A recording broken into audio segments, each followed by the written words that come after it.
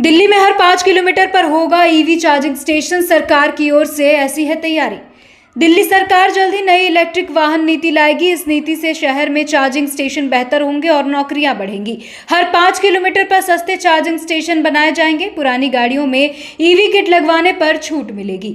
दिल्ली सरकार जल्द ही नई इलेक्ट्रिक वाहन नीति लाने वाली है। ये नीति शहर में चार्जिंग की सुविधा को बेहतर बनाएगी। इससे नौकरियां भी बढ़ेंगी और लोग जल्दी से इलेक्ट्रिक वाहनों को अपनाएंगे। परिवहन विभाग के सूत्रों का कहना है कि नई नीति में हर 5 किलोमीटर पर कम दाम वाले और तेजी से चार्ज करने वाले ईवी चार्जिंग स्टेशन बनाने का लक्ष्य रखा जाएगा। अभी जो नीति चल रही है उसे जुलाई के मध्य तक बढ़ा दिया गया है। नई नीति उसकी जगह लेगी। नई नीति में बैटरी बदलने की सुविधा को भी बढ़ावा दिया जाएगा। जो लोग अपनी पुरानी गाड़ियों में ईवी किट लगवाएंगे या पुरानी गाड़ियों को स्क्रैप करेंगे, उन्हें सरकार की तरफ से छूट भी मिलेगी। एक अधिकारी ने बताया कि सरकार नई नीति में ईवी कॉरिडोर भी बनाने की योजना बना रही है। उन्होंने कहा कि यह कॉरिडोर आउटर रिंग रोड के किनारे बनाया जा सकता है। यह सड़क शहर की सबसे व्यस्त सड़कों में से एक है और कई जगहों को जोड़ती है।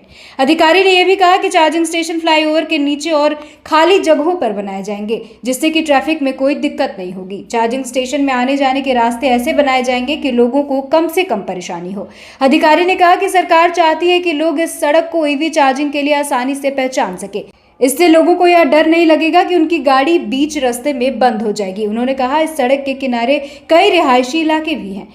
अधिकारियों ने बताया कि नई ईवी नीति में नौकरियों पर भी ध्यान दिया जाएगा। सरकार कम से कम 20,000 नौकरियां पैदा करने का लक्ष्य लेकर चल रही है।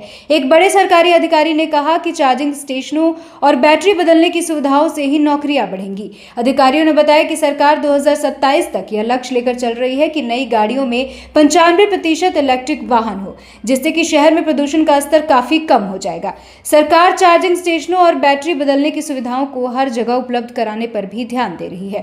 हाल ही में दिल्ली सरकार ने ईवी नीति के एक प्रस्ताव को वापस ले लिया था। इस प्रस्ताव में सीएनजी ऑटो और पेट्रोल से चलने वाली 2 पहिया वाहनों को हटाने की बात कही गई थी।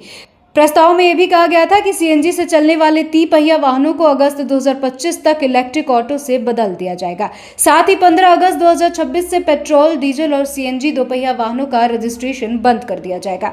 हालांकि परिवहन मंत्री पंकज सिंह ने कहा कि सीएनजी ऑटो को इलेक्ट्रिक में बदलने के लिए कोई दबाव नहीं डाला जाएगा और न ही बाइक पर कोई रोक लगाई जाएगी।